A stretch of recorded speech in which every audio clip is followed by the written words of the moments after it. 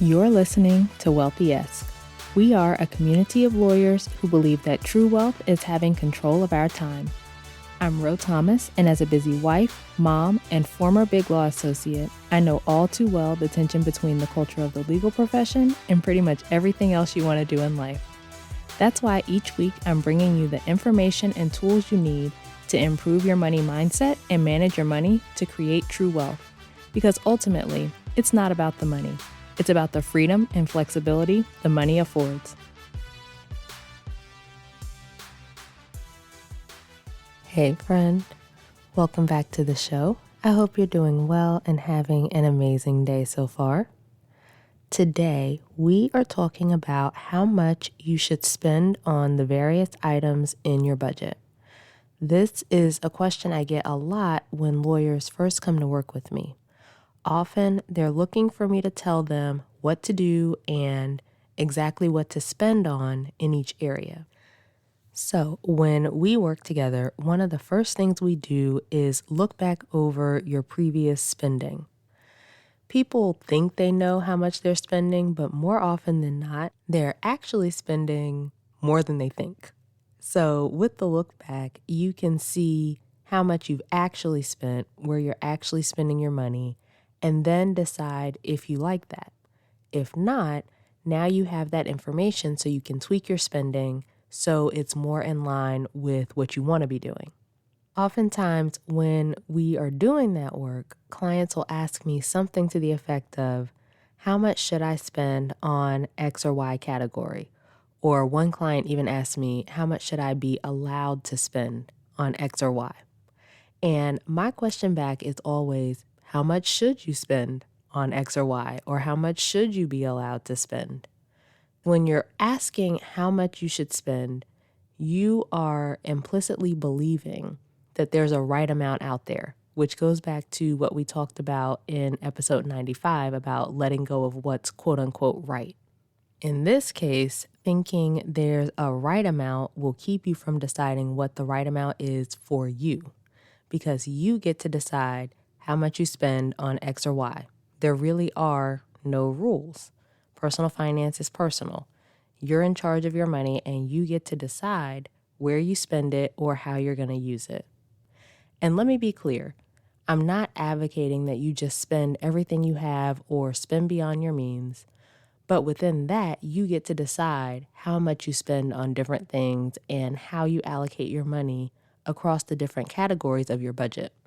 I can give you guidelines like spend less than the amount you make in the month, prioritize your financial goals, focus on one at a time, keep your housing cost around 25% of your income. But they're just that. They're guidelines, right? They're not black and white rules, and you're not necessarily wrong if you don't follow them. Although in my experience, following those guidelines does make achieving your goals a bit easier and smoother.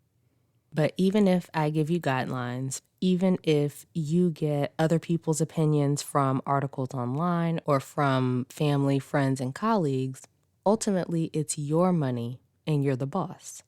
So when we start thinking about what we should be doing with money and you approach your finances from this place of should, that's when it starts to feel less like a choice and more like something you have to do, right? This obligatory thing.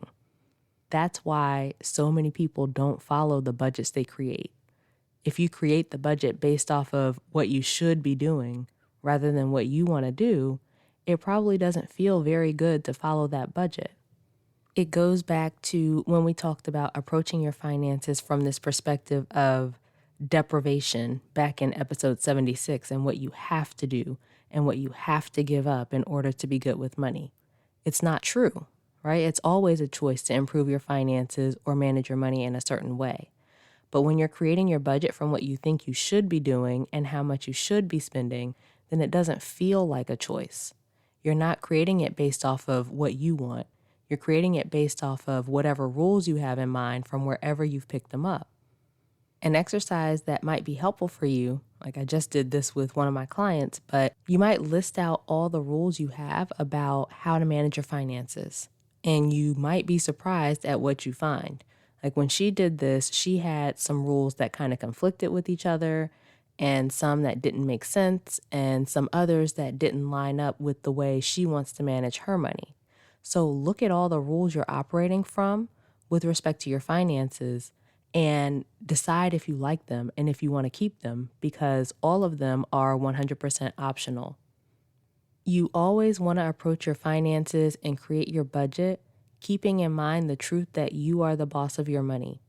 You are the ultimate decision maker. And so you get to decide where you're going to spend it, how you're going to use it, how much is going to each place. And what you decide might be different from what someone else decides, and that's okay. But you want to think about what you value and what's important to you, including whatever financial goals you have, and then align your spending accordingly. Because if you don't, that is a recipe for blowing your budget and overspending and not being able to make progress on your goals. When you think about what's important to you and what you value, and you create a budget from that place, then you are much more likely to follow it. You're much less likely to blow it or ignore it because you decided what you want to do ahead of time. You made intentional decisions about your money, thinking about what you want, not what you can't have, not what you should do, not based on what anyone else thinks. And that is a much more empowered and motivating place to approach your finances from. So at the end of the day, if you take nothing else from this episode, I want you to remember that you are the boss when it comes to your money. You get to decide what you're going to spend on. There are no rules. As long as you're spending within your financial means and you're able to make progress on your goals, it doesn't matter what you do. You can take all those rules that you've picked up over the years, the things you've heard from your parents, the things you've read that say you have to do it this way or that way, and just throw it all out the window. You get to decide.